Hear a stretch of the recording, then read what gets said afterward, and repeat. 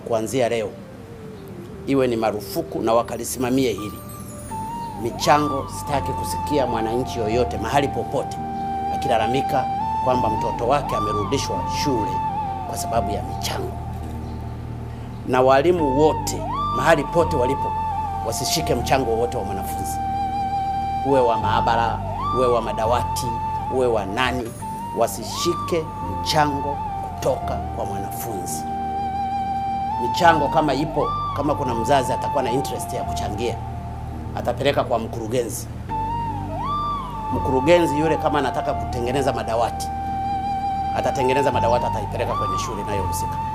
Sio mwanafunzi ameenda shuleni akarudishwe kwa sababu hajatoa mchango wa dawati. Sio mwanafunzi ameenda shuleni akarudishwe kwa sababu hajatoa mchango wa chakula. Sio mwanafunzi ameenda shuleni akarudishwa kwa sababu hajatoa mchango wa maabara.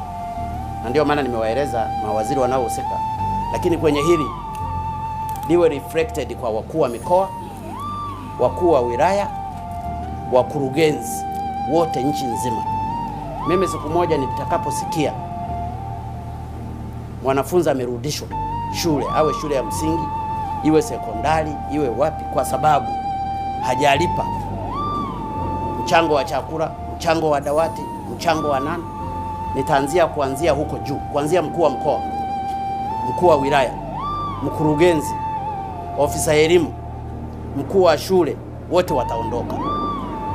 Kwa sababu tumefika mahali sasa hatuwezi kukaa tunazungumza tu, ni lazima tuanze kuchukua action. Tumesema elimu bure. Elimu bure haiwezi kaja tena kwa mgongo mwingine ikawa elimu pesa.